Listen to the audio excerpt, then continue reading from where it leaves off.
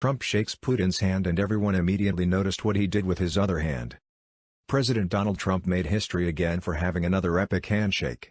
It wasn't that long ago that he sent shockwaves throughout the political realm as Trump shook hands with Kim Jong-un in a historic meeting hoping to help settle differences between North and South Korea and put a rest to the nuclear weapons nonsense that's been going on over there under Kim's leadership.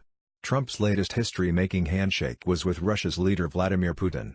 This handshake caused the news networks and independent reporting outlets to tremble again after it was noticed what Putin did with his other hand in the middle of the handshake. The two world leaders were sitting in their chair and leaned in for the historic handshake. President Trump is known to have some alpha male extra strong handshakes and Putin was ready for it. Putin, who's about 5'5" on a good day, braced himself for the handshake because he didn't want to be overpowered for the 6'3" Trump. What did Putin do with his other hand? He held onto the chair while Trump grabbed him like a small kitten and pulled him in. Putin held on for dear life, grasping the chair so he didn't get pulled out of it and fall on the floor on television or video.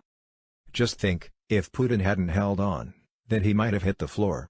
This is absolutely hilarious and it's proof that Trump and Russia aren't fooling around together.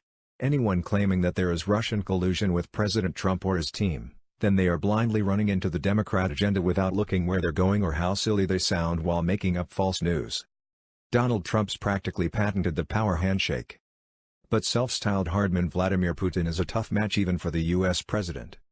Other world leaders have been wrong-footed by Trump's style, where he yanks his sparring partner's hand towards him. So it's no surprise the Russian president, whose regime is accused of a nerve agent murder on UK soil, came prepared today. Lo and behold, Putin appeared to be bracing himself firmly against his chair with his left hand as he shook hands with Trump at their summit in Helsinki. The veins even came up in the Russian president's gripping hand as he kept a solemn look and nodded once at Trump, firmly. In the end it seemed Putin had nothing to fear as Trump was in good spirits, even appearing to give Putin a wink. The US president described the Russian World Cup as one of the best ever, adding, "In the US we call it soccer. I watched quite a bit of it and I watched the entire final, the semi-finals, and they were really spectacular games. But it was beautifully done, so congratulations." Those who had their arms wrestled away by the bellicose reality star have included Japan's Prime Minister Shinzo Abe. Others fought back, with France's Emmanuel Macron enjoy an astonishing 29-second handshake with the president as they tried to out-macho each other last year. Trump also met his match last week in the Queen's 85-year-old lady-in-waiting Virginia Ogilvy, who turned the tables by yanking the president's hand towards her. President Trump was also facing some minor backlash by people searching for a story when they claimed he purposely walked in front of the Queen. That's also incorrect as he can be seen simply walking and not really sure which way she was going.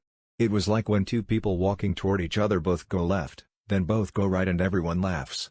It's completely innocent, accidental, and funny. Meanwhile, the liberals and hateful anti-Trumpers will just make up stories about every little thing that he does because that's all they are good at. The liberal media has started making up stories about things that don't exist, hoping to get one of their spun stories to pick up popularity and spread a message of nonsense. For example, HuffPost posted a tweet that literally made no sense and talked about a story that didn't even exist. They were creating it. They must have run out of things to write that day and simply made up a story about Trump in an elevator. Obviously the guy has been in an elevator before.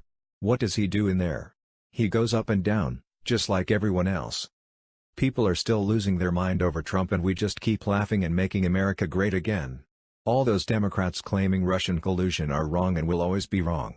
Trump wants to be friends with Russia, but we don't need Russians to influence our votes. The Trump-deranged Democrats are the Republicans' best asset.